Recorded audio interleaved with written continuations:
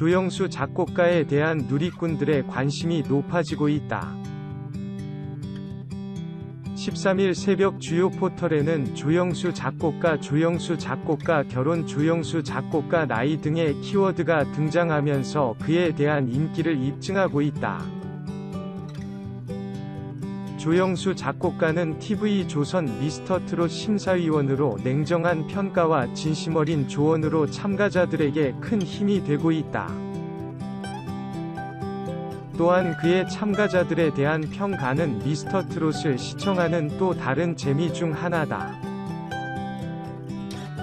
조영수는 1976년 생으로 올해 나이 45세다. 음대를 나온 것도 작곡 전문 학원을 다닌 것도 아니다. 학원 문턱을 밟아본 것은 9살 때 약 1년간 피아노 학원을 다닌 게 전부다.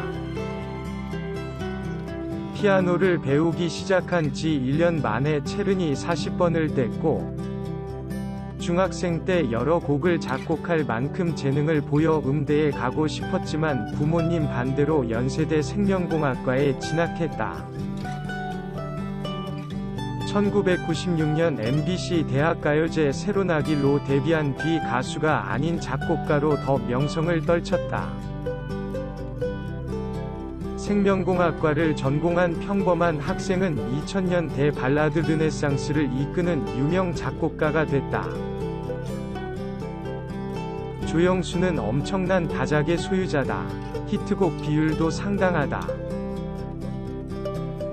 2003년 그룹 주얼리의 바보야를 통해 작곡가로 정식 데뷔한 뒤 SG 워너비와 이승철, 이수영, 시아, 김종국, 다비치, 티아라 등 수많은 가수들의 곡을 작곡했다. 2005년 이승철, 열을 세워 보아요, SG 워너비, 광, KCM, 스마일 어게인을 잇따라 작곡하며 전성기를 열었다. 분위기를 이어 2006년 SG 워너비, 내 사람으로 연말 시상식 대상곡의 작곡가로 이름을 더했다. 이후 이기찬의 미인, 다비치, 사랑과 전쟁, 이승철, 그런 사람 또 없습니다, 박정현, 비밀 등을 작곡했다. 조영수가 본격적으로 트로트를 작곡한 것은 2009년 홍진영의 사랑의 배터리부터이다. 해당 곡은 전 국민이 따라 부를 정도로 큰 히트를 치며 사랑받았다. 지금까지도 많이 불리는 트로트 중 하나다. 특히 조영수는 최근 화제가 된 유재석의 또 다른 캐릭터 유산슬의 곡 사랑의 재개발을 작곡하기도 했다. 또한 미스트롯에서 1등을 한 송가인에게 찍어 라는 곡을 부상으로 전하기도 했다. 2019년에는 다비치의 나의 오랜 연인에게를 통해 오랜만에 음원 1위 곡을 배출하였고 유산슬의 사랑의 재개발도 전 연령층에 걸쳐 많은 사랑을 받고 있다.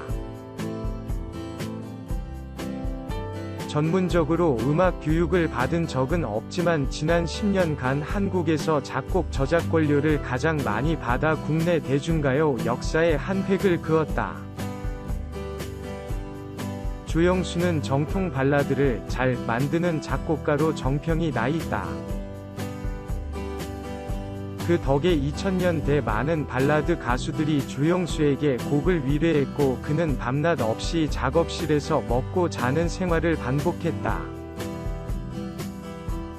그 덕에 2007년부터 2011년까지 5년 연속 저작권료 수입 1위, 2016년 한국음악저작권협회 선정 대중음악 작곡과 편곡 부문 저작권료 1위의 영예를 안았다. 발라드, 댄스, 영화, 음악 등 지금까지 600곡 이상을 발표했으며 2014년 환경부 장관 표창, 2015년 문화체육관광부 장관 표창을 각각 받았다. 곡을 많이 쓸 때는 1년에 60에서 70곡 만들었어요. 10곡을 작곡하면 9곡이 음원 순위 차트 10위 안에 진입할 만큼 왕성하게 활동했습니다. 2004년부터 2014년까지 평균 하루 수면 시간이 4에서 5시간에 그쳤고 거의 작업실에 틀어박혀 살았지요. 곡을 써달라는 요청이 쇄도했고 1등 자리를 지켜야 한다는 압박감이 컸던 것 같아요.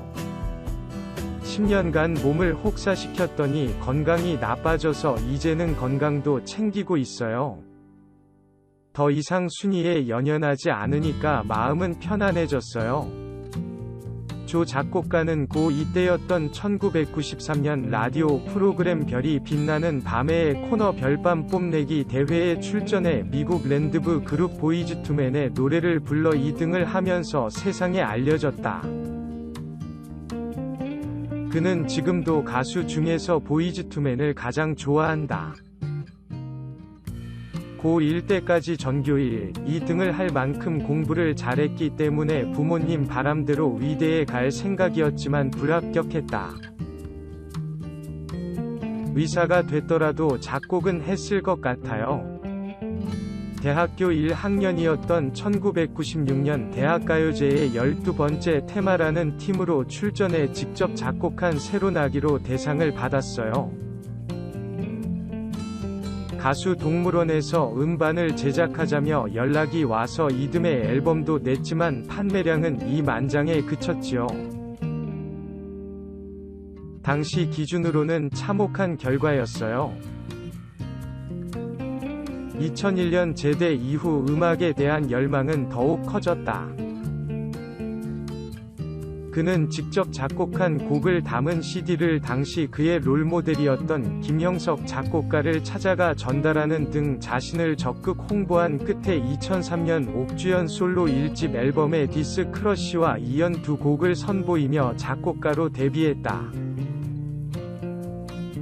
정규 교과 과정을 통해 음악을 공부해본 적이 한 번도 없는 그가 국내 대표 작곡가로 성장할 수 있었던 비결은 뭘까?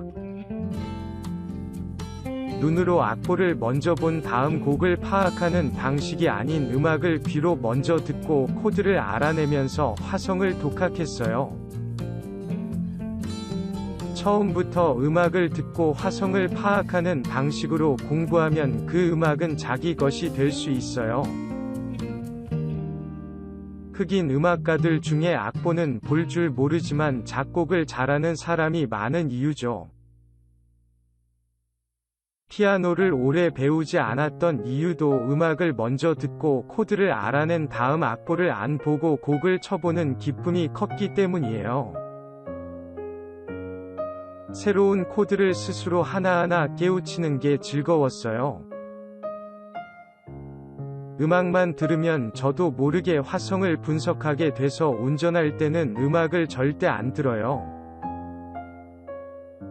제2위 조영수가 되고 싶어하는 청소년 청년들에 대한 조언도 이어졌다.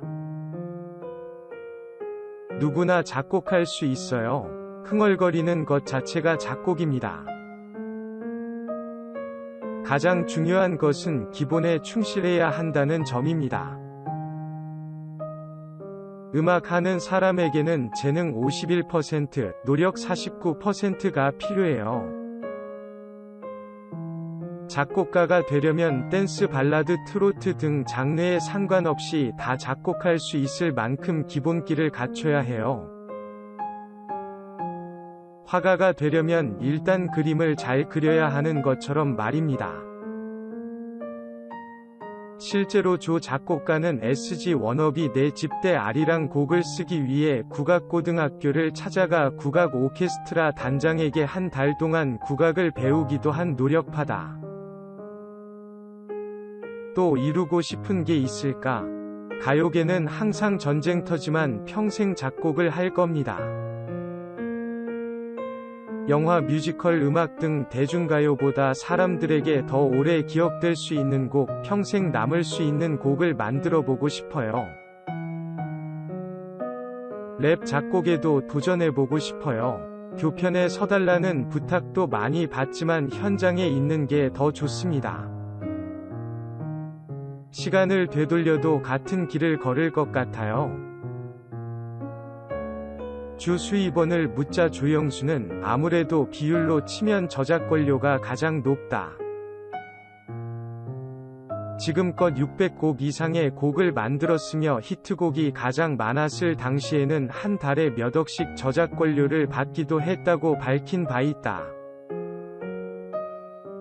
조영수는 최근 홍진영의 곡 잘 가라를 작곡한 것은 물론이고 성황리에 마무리한 2018 평창 동계올림픽 시상식 음악 감독을 맡아 계속해서 다양한 커리어를 쌓아 나갔다.